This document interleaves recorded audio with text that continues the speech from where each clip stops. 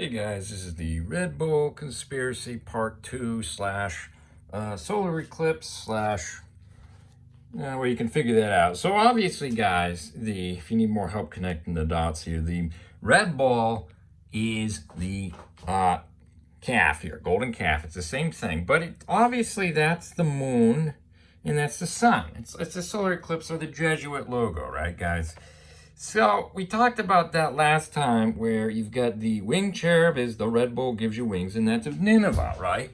And you can see right here, it's a Freemason manual. They've got the Temple of the Sun at Nineveh, guys, and you can see the obelisk everywhere. So they're putting it in your face, like right there, again.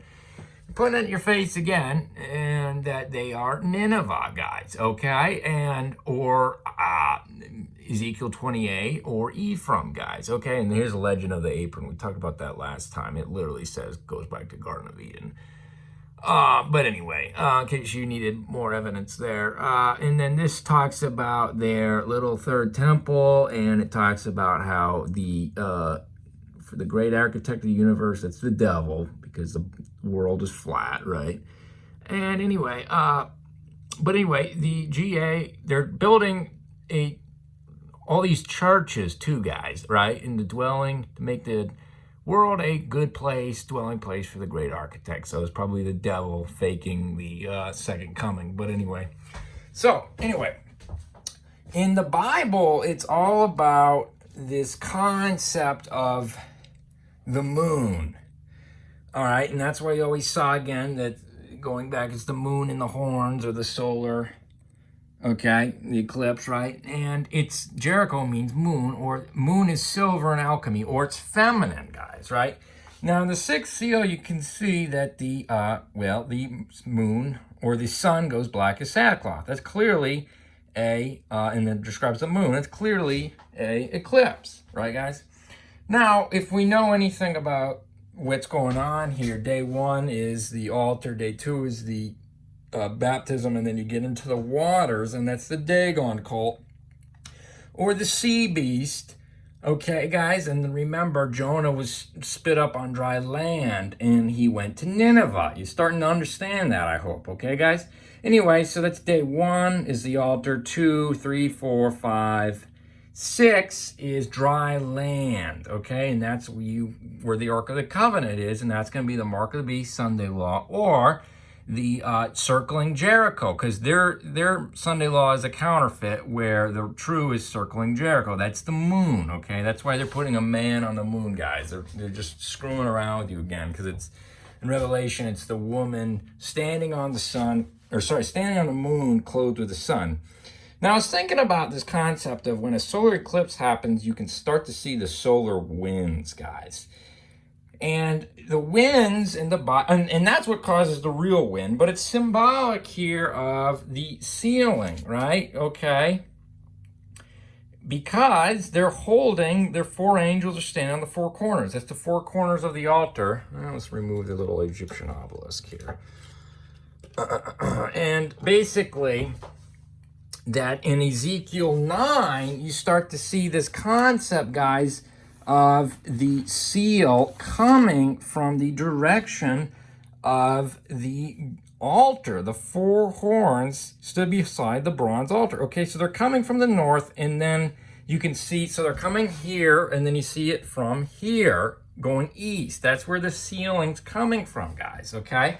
Again, a lot of people say, the 7th-day Sabbath is a seal, or the 10 Commandments is a seal. I have no problem with that. I'm saying right here that the sealing is coming from the 4 horns of the bronze or brass altar, because remember, the mark of Cain, if you haven't seen my other videos, you could say is just a Maltese cross, okay? So it's the inverse, or you could say this mark of Abel, right? Okay.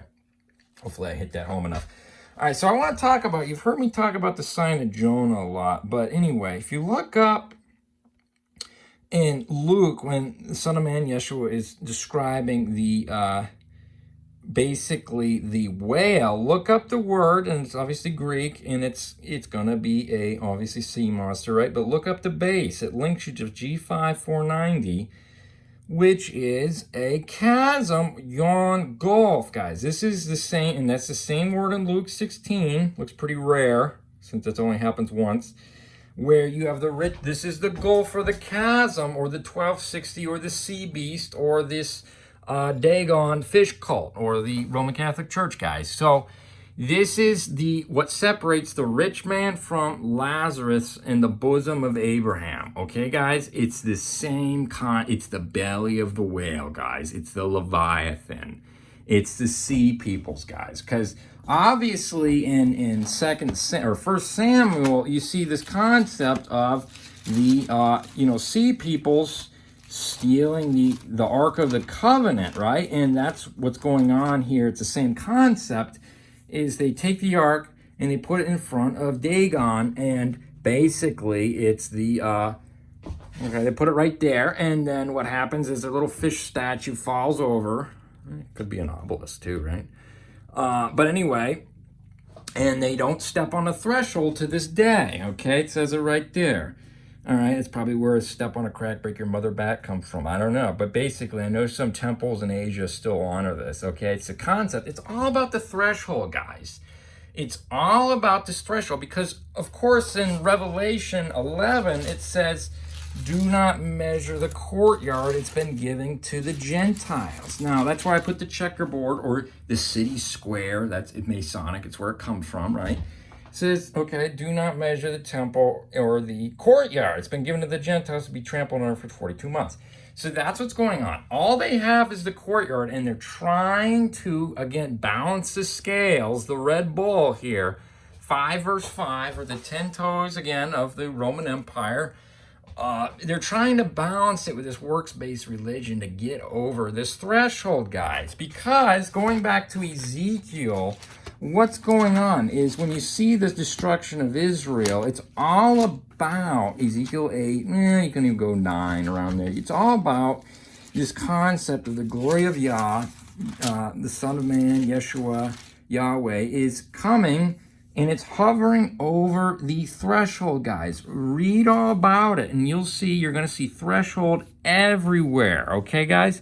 And that's why you see this concept, guys. So it's this, and it's coming over and hovering over the threshold. That's where judgment is, because again, the Dagon Cult, they trying to jump it, okay? Or the Nineveh, the fish people, however you want to say it, right? Or the winged bull. It's the same concept, and it's going back again to the this logo. Of course, they're counterfeiting this, guys. Okay, that's the Jesuit logo. Okay, it's everything's counterfeit and everything's true. So now you're starting to understand that. And then, of course, in what is the tribe that Jonah's from? It's Zebulun, guys, right? And you can see that Jonah, obviously the word means dove, but you can start to understand that it comes from the root of, where did I put it? It comes from the root of basically, and that's where Jonah's from, Geth Hafer. It's wine press or digging. Again, you see this concept of that gulf, okay? And then it says in 2 Kings where Jonah's from. Okay, yep. Okay, Geth Hafer, tribe of Zebulun. So Jonah was a Zebulunite, if you will. Okay, and there's definitely prophecies. Okay, that's the name, dove, pigeon. And in the New Testament, the dove is equated with the Holy Spirit, right? The outpouring. Now, you follow, let's follow this little breadcrumb here, 3:196. You click that from the same.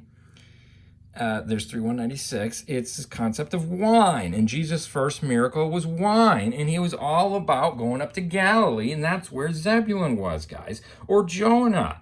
You start to understand, and then look at the obviously wine's either a good thing or bad thing. It's unfermented new wine, right? And if you look at the prophecy of Isaiah 9, you see this concept. Okay, look at this, guys. The gloom will not, okay, it's talking about the Son of Man, right? And look at this, lightly esteemed in the land of Zebulun. That's, again, Galilee, guys.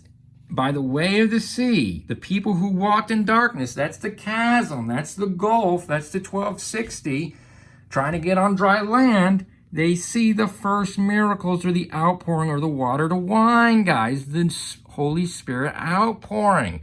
That's the sealing. or the again, the moon, with the woman on the moon on her feet, clothed with the sun. It's the same concept, guys. Hope you're starting to understand that this Zebulun is, and of course it was a boat, right? Now you're starting to understand it's the boat or the Holy Spirit that guides you, the winds blowing this. And that's why in Egypt they had all these solar barges, guys. That all the pharaohs, they were buried in these. The Vikings did it too. Everyone did it. The Phoenicians, I'm sure, they're all buried in these solar barges, guys. Again, it's the counterfeit of Zebulun, of course, and that's why you have the Phoenicians or Dagon or Hiram Abiff they're on the waters, guys. It's this concept or the counterfeit. You see how this is working now? So obviously, you know, that's why you always see the what we showed earlier, the Vatican. They've got their little dirty birds as well, right? So hopefully you're starting to understand this concept, guys, of the two wings or the two bowls now of Nineveh, Ephraim pitting against each other. And again, that's the 10 horns in Revelation, okay? That's the same, or the 10 kings in Revelation 17, guys, that turn on the harlot. That's the Vatican. And burn her flesh and eat her with, or burn her flesh, yeah. And with fire and all that, okay? So then it's right there. You can read all about it in Revelation 17, okay? Hopefully that connects some more dots for you.